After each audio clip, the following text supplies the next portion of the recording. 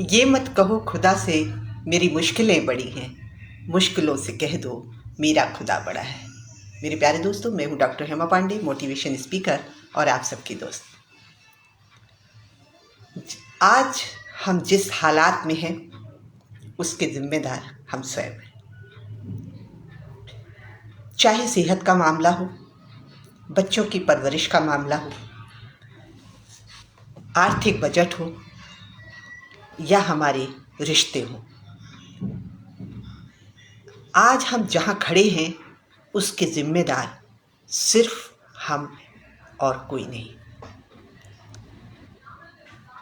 लेकिन कभी कभी परिस्थितियां हमारे हाथ से बाहर चली जाती हैं। हर परिस्थिति में कोई ना कोई दूर दराज एक खिड़की खुली रहती है, उसे ही पहचानना हमारा काम है।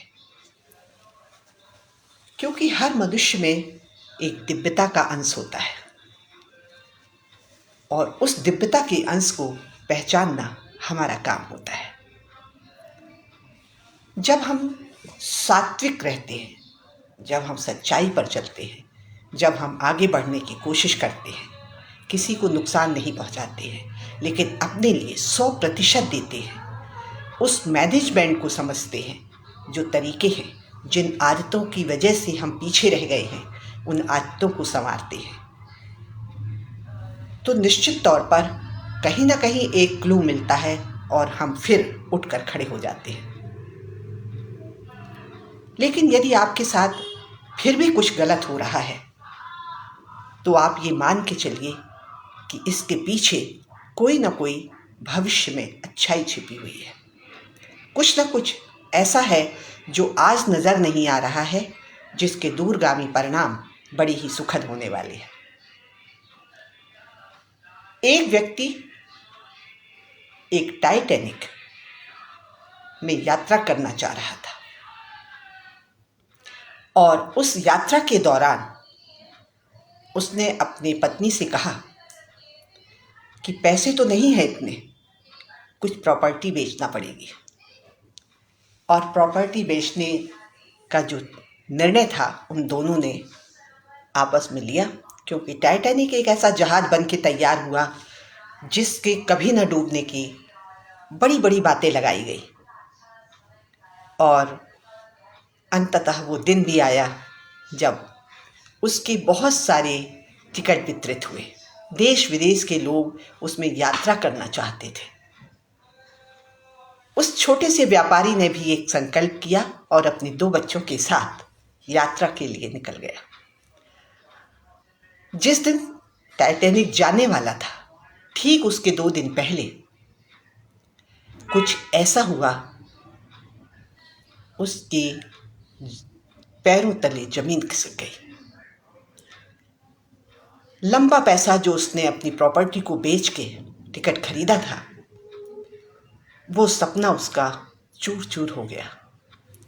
आखिर ऐसा क्या हुआ?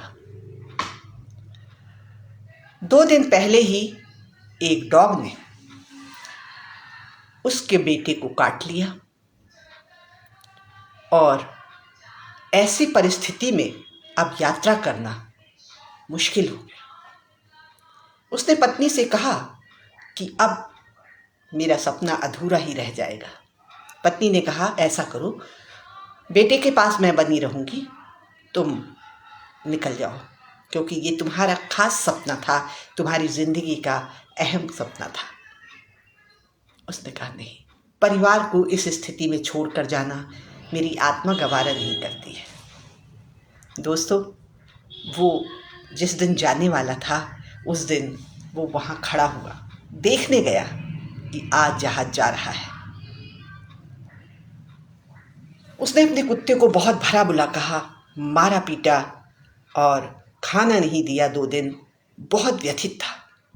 लेकिन जिस दिन टाइटैनिक जा रहा था उस दिन वहीं पर खड़ा था, टाइटैनिक को जाते हुए देख रहा था। उसकी आंखों से आंसू निकल रहे थे।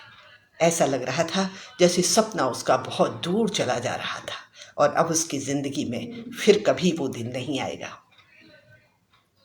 धीरे धीरे समय निकलता गया, लेकिन कुछ दिनों में ही टाइटैनिक एक बर्फ की सिल्ली से टकराया और डूब गया।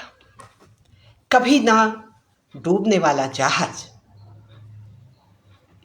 एक मामूली से छेद की वजह से उसमें पानी भर गया और वो 2 हिस्सों में हो गया, समुद्र में समा गया। दोस्तों, उसने अपने डॉग को बेइंतहा प्यार किया। कभी कभी ऐसा लगता है कि हमारे साथ जो ईश्वर ने किया भगवान किसी के साथ ना करे, लेकिन भगवान वो करता है जो हमारे लिए अच्छा होता है। इसलिए छोटी मोटी समस्याओं से दोस्तों घबराना मत। निश्चित तौर पर उसके जो पीछे, पर्दे के पीछे है, जो आज आपको दिखाई नहीं दे रहा है, वो ईश्वर ने कुछ अच्छा ही सोच रखा है। बस अपने कर्मों पर ध्यान दीजिए। अगर आपकी नियति अच्छी है तो निश्चित तौर पर आपके साथ अच्छा ही होगा। आपने किसी का बुरा नहीं किया है तो कभी भी आपके साथ बुरा नहीं होगा, ये मान के चलिए। हमारी भारतीय संस्कृति, हमारी सभ्यता, हमारे वेद, हमारे पुराण, हमारे ग्रंथ, हमारे बुजुर्गों ने यही कहा है कि कभी किसी के लिए बुरा मत सोचें।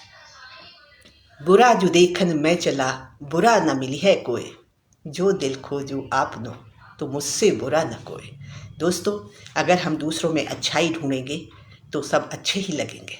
बस अच्छा होने के लिए आपको अपनी आदतों में सुधार करना होगा। तो लगे रहिए, अपने पर काम करते रहिए। ज़िंदगी बहुत छोटी है, अपने लिए ही समय कम पड़ जाता है, तो दूसरों की तरफ हम क्या देखें। हाँ, अगर कोई ज़रूरतमंद है जिसकी आप सहायता कर सकते हैं, आप उतनी सहायता कीजिए। अगर आप नहीं कर सकते हैं तो अपने उन भाई बहनों पर हाथ जोड़ लीजिए और आगे बढ़ जाइए।